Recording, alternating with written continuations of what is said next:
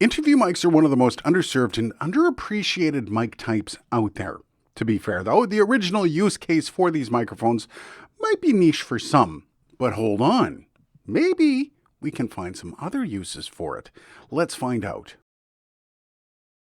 Now, I call this the science of interview mics, but it's pretty basic stuff.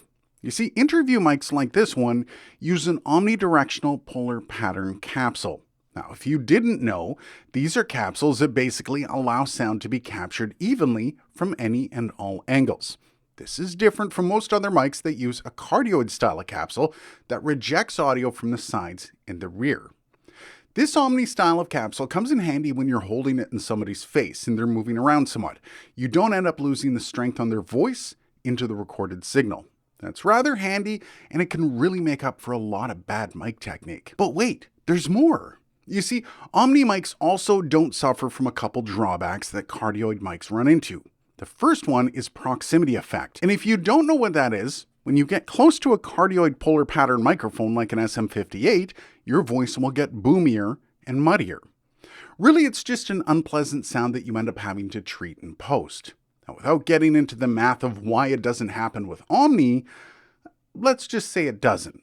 You're going to notice your voice get louder as you get closer to the microphone, but the tonality of your voice will not change. Again, this is very handy when you're pointing this in someone's face and you can't quite keep control of how close they get to the microphone, especially if you aren't monitoring the audio as you record. Something like this will save you a bunch of time in post. The next thing that omni capsules help out with is plosives, or wind noise. Now, this doesn't completely negate the wind effect, but it does greatly decrease it. But it really does do a much better job on plosives. So again, bad mic technique gets a lot of grace. Not to mention, this mic, the RE50, has even more protection against both, which is a nice segue into the build.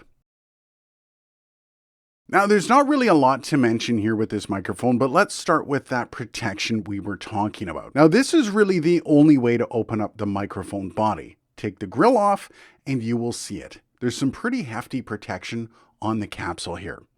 Other than that, though, not much to mention on the build here, other than the fact that these ElectroVoice RE series are built like tanks and can take an actual beating. The older versions of these have been in use for decades, and they're still going strong in a bunch of stations. So if you do actually want to pick one of these up, these are guaranteed to not only last a lifetime, but they're also going to sell quite well in the used market even after they've been put through the ringer. So this is an omni capsule, and you notice as I get up really close, you're going to notice my voice changes in volume, but it doesn't really change in tonality. And as I back off, kind of the same thing, which allows you to be pretty easygoing with this if you're interviewing somebody on the street. Let's plug in the SM58 and see how that works. Now we have the SM58, and you're going to notice as I get closer to it, the tonality of my voice changes. And yes, that is one of the bigger drawbacks of a cardioid microphone like this, the SM58. And as I back off, you're going to notice tonality changes as you get further away from the mic as well. So there is kind of a sweet spot with this microphone, which can be difficult in an interview situation outside or anytime you're trying to stick your microphone into somebody's face. The other thing about these is the plosive rejection. Again, you're going to see there's some plosive issues with this microphone. Peter Piper picked a peck of pickled peppers. But as you get onto something like this, the RE50, plosives aren't as much of a problem. Peter Piper picked a peck of pickled peppers. So all these little things that can ruin an interview are actually taken care of with an interview microphone. Who knew? So let's check out the handling noise on this mic, and they do mention that that's one of the bonuses of this microphone. But for an interview mic, this is something you really got to be worried about, is how much it's moving around in your hand when you're going back and forth like this. So handling noise, check. And now we have the handling noise on the SM58. And this one is actually one of the best handheld microphones for handling noise. And this is kind of what you're getting as you're moving it back and forth. Do you notice much of a difference? Okay, so we're down here in the market. We're going to find out. We're going to spread the news of the microphone. We're going to see if anyone around here can actually name a microphone, and I brought cash with me. let's do this. Question is here, guys. Okay. Do you know anything about microphones? Microphones? Yes, or any audio gear. Can you name a single microphone for $20? What Can I is phone that? a friend? The one that those guys are wearing all the time. Yeah. What is that company? That's a good one. Oh, I see it all the time. Bubble. It's not Bubble, is No. For $20, could you name a single microphone? Yamaha must have some. For $20, can any of you guys name a single microphone? Anybody? DJI. DJI what? Eh? DJI what though? It's got to be the model too. Oh, the model. Yeah. I think it's one. DJI 1, is that your final answer you're going with? We could go for another one. We could go for the Blue Yeti. If you want. Oh, Blue Yeti. Okay, sir, you win $20.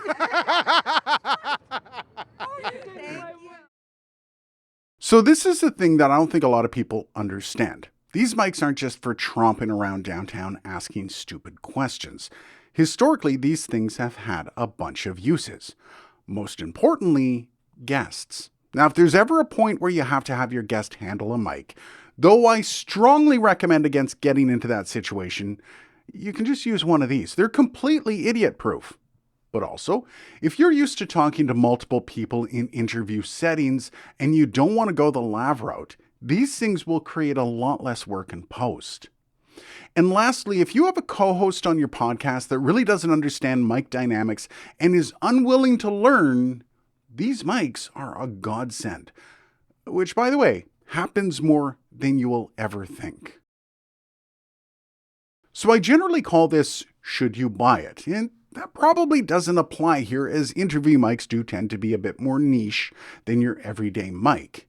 But my perspective as a studio owner is you should own a microphone for each use case that you may come across in making money for your studio. And the key is making money. While it's all fun and good to be buying mics hand over fist for a what if, perhaps this isn't for you. But if you are planning on any run and gun news gathering or even just some fun streeter work for a podcast or YouTube channel, this is your type of microphone. And I think it is a great mic. I mean, it is legendary for interviews. However, I'm going to caution one thing. This thing requires some sort of recording equipment. Now, you saw me using the Sennheiser UHF pack. Another option would be to use the Zoom H5 Studio. But if this is the first time purchase for doing a load of interviews, you're probably going to be a lot better off with the Rode Interview Pro. Still the best all-around option, as it records on board and does everything this does and more. And I can't believe I'm saying this, but for this application of going out and gathering audio, this is a bit antiquated. Just having a cable attached to your microphone is super limiting, unless you want to drop even more money on the Sennheiser pack. However, if you're adding super helpful mics to your collection, yeah, this thing is a great add. So, if you're interested in checking out anything I mentioned in this video, I'm going to have links down below for you to check out. Remember, clicking those links do go to supporting the channel. Cheers, guys, and thanks for watching.